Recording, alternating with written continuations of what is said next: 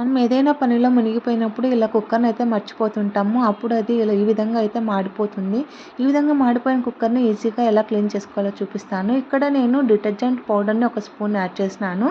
And 1 tea spoon వంట సోడాని add చేసుకున్నా. అలాగే ఒక కంప్లీట్ లెమన్‌ని ఇలా స్క్వీజ్ చేసుకొని తొక్కలను కూడా అలా ఏసుకొని దీంట్లోకి ఒక 2 గ్లాసుల వాటర్‌ని అయితే యాడ్ చేసుకున్నాను. మనకు కుక్కర్‌లో ఎంతవరకు మాడిపోయిందో అక్కడ వరకు వాటర్‌ని అయితే యాడ్ చేసుకోవాలి.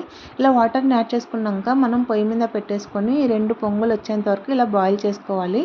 బాయిల్ చేయడం వల్ల ఆ మాడిపోయిన ప్లేస్ అంతా ఈజీగా వెళ్ళిపోతుందనమాట. సో, ఇలా బాయిల్ చేసిన వాటర్‌ని అయితే మనము వేరే బౌల్‌లోకి ట్రాన్స్‌ఫర్ చేసుకొని ఇలా స్క్రబ్ ఒకటి తీసుకొని దానికి సోప్‌ని యాడ్ చేసుకొని మనకి ఎక్కడెక్కడ మాడిపోయిన ప్లేస్ ఉందో దాన్నంతా ఇలా స్క్రబ్ చేసుకోవాలి. ఇలా చేసుకోవడం వల్ల మనకు అక్కడక్కడ కొంచెం మాడిపోయిన ప్లేస్ ఉంటుంది కదా, అది కంప్లీట్‌గా వెళ్ళిపోతుంది. చూడండి, కుక్కర్ అయితే చాలా నీట్‌గా క్లీన్ అయిపోయింది.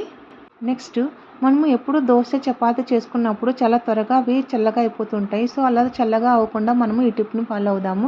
ఇక్కడ నేను చపాతీ ప్రిపేర్ చేసే ముందే ఇలా హాట్ వాటర్ తీసుకొని హాట్ బాక్స్‌లో ఒక 5 మినిట్స్‌ని అయితే స్టోర్ చేసినాను. తర్వాత ఈ హాట్ వాటర్‌ని తీసేసి ఒకటి డ్రై క్లాత్‌ని తీసుకొని ఇలా క్లీన్ చేసుకోవాలి. ఇలా క్లీన్ చేసుకోవడం వల్ల హాట్ బాక్స్ హీట్ అయిపోతుంది.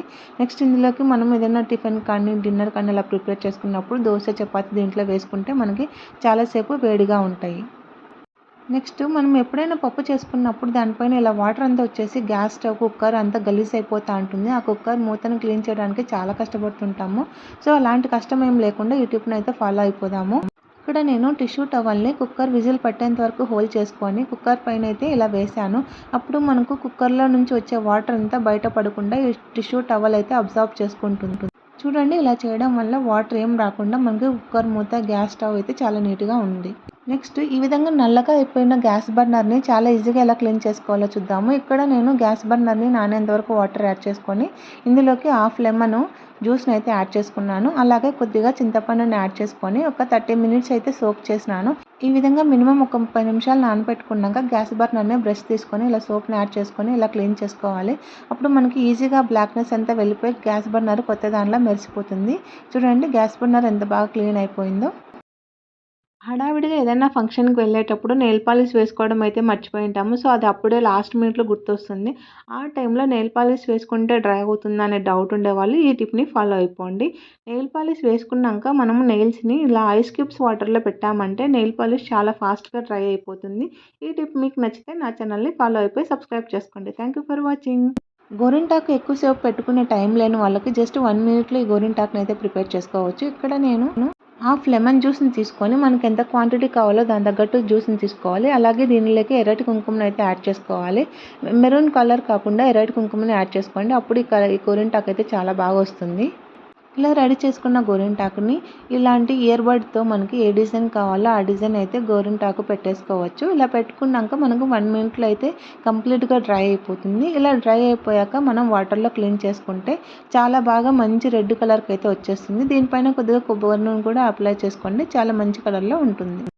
అప్పుడప్పుడు ఇంట్లో ఇలాంటి బిర్యానీ డబ్బాలు ఊరికనే కనిపిస్తూ ఉంటాయి. వీటిని అనవసరంగా పడేస్తుంటాము. సో, దీన్ని పడేయకుండా మీకు మంచి టిప్‌నైతే ఇక్కడ షేర్ చేస్తాను. ఈ డబ్బా మూతకి చిన్న చిన్న హోల్స్ పెట్టేసుకొని పక్కన పెట్టేసుకోవాలి. నెక్స్ట్ ఈ డబ్బాలోకి 4 టేబుల్ స్పూన్ల రాళ్ళ ఉప్పుని, అలాగే 1 టీ స్పూన్ బేకింగ్ సోడాని, అలాగే 3 టేబుల్ స్పూన్ల కంఫర్ట్‌ని యాడ్ చేసుకోవాలి. నెక్స్ట్ ఇందులోకి 6 లేదా 7 లవంగాలను అయితే యాడ్ చేసుకొని మనం ముందుగా హోల్ చేసి పెట్టుకున్న మూతనైతే దీనికి పెట్టేసుకొని దీన్ని ఒక రూమ్ ఫ్రెషనర్‌గా అయితే యూజ్ చేసుకోవచ్చు. సో, ఎక్కడైతే మీకు స్మెల్ బాలేదు లేకుంటే బెడ్‌రూమ్ ఫ్రెష్‌గా ఉండాలంటే అక్కడ పెట్టేసుకొని దీన్ని రూమ్ ఫ్రెషనర్‌గా అయితే యూజ్ చేసుకోవచ్చు. నెక్స్ట్ మహాశివుని విగ్రహం ఇంట్లోనే చేసుకోవాలంటే ఈజీగా ఎలా ప్రిపేర్ చేసుకోవాలో ఈ వీడియోలో చూద్దాము. ఇక్కడ నేను 2 చిన్న చిన్న బౌల్స్‌లో వాటర్, అలాగే ఒక గ్లాస్‌లో వాటర్ పెట్టేసుకొని ఫ్రిడ్జ్‌లో నైట్ పడుకునేటప్పుడు పెట్టేశాను. సో, మార్నింగ్ కల్లా ఇలా షేప్ వచ్చేసాయి. సో, దీనిని ఒకటి కిందికి, ఒకటి ఇలా పైన ఒకదానిపైన ఒకటి పెట్టేసి గ్లాస్ షేప్‌లో ఉన్న దీనిపైన పెట్టేస్తే శివుడు రెడీ అయిపోతాడు.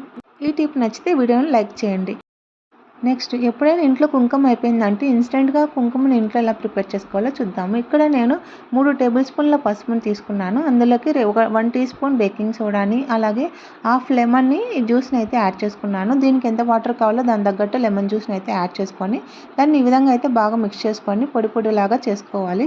ఇలా చేసుకుంటూ ఎండలో మనకి 2 గాని 4 గంటల దాకా వరకు డ్రై చేసుకోవాలి. అప్పుడు ఈ పసుపు కలర్ ఉండేదంతా కంప్లీట్‌గా రెడ్ కలర్‌లోకి వెళ్ళిపోతుంది. చూడండి, కుంకుమ అయితే రెడీ అయిపోయింది. ఒక చిన్న టిప్ అండి. ఇదైతే నాకు చాలా యూజ్‌ఫుల్ అనిపించింది. జనరల్‌గా మనము వంట చేసేటప్పుడు ఇలా మూత లేకుండా చేస్తూ ఉంటాము. మూత లేకుండా చేయడం వల్ల పైన ఆవిరంతా ఊరికనే గాలిలో వెళ్ళిపోయి మనకి కుక్ అవ్వడానికి చాలా టైం పడుతుంది. ఇలా కాకుండా బాయిల్ చేసేటప్పుడు మూత పెట్టేసుకొని బాయిల్ చేసుకోండి. ఇన్‌కేస్ పొంగొస్తుంది అనిపించినప్పుడు మూతని ఫుల్‌గా కాకుండా హాఫ్‌గా క్లోజ్ చేసుకొని చేయండి. అప్పుడు వంట కూడా చాలా ఫాస్ట్‌గా అవుతుంది. అలాగే మనకి చాలా గ్యాస్ అయితే సేవ్ అవుతుంది. ఈ టిప్‌ని మీ ఇంట్లో కూడా ట్రై చేయండి. ఈ టిప్ మీకు నచ్చితే నా ఛానెల్‌ని సబ్స్క్రైబ్ చేసుకొని ఫాలో అయిపోండి. Thank you for watching.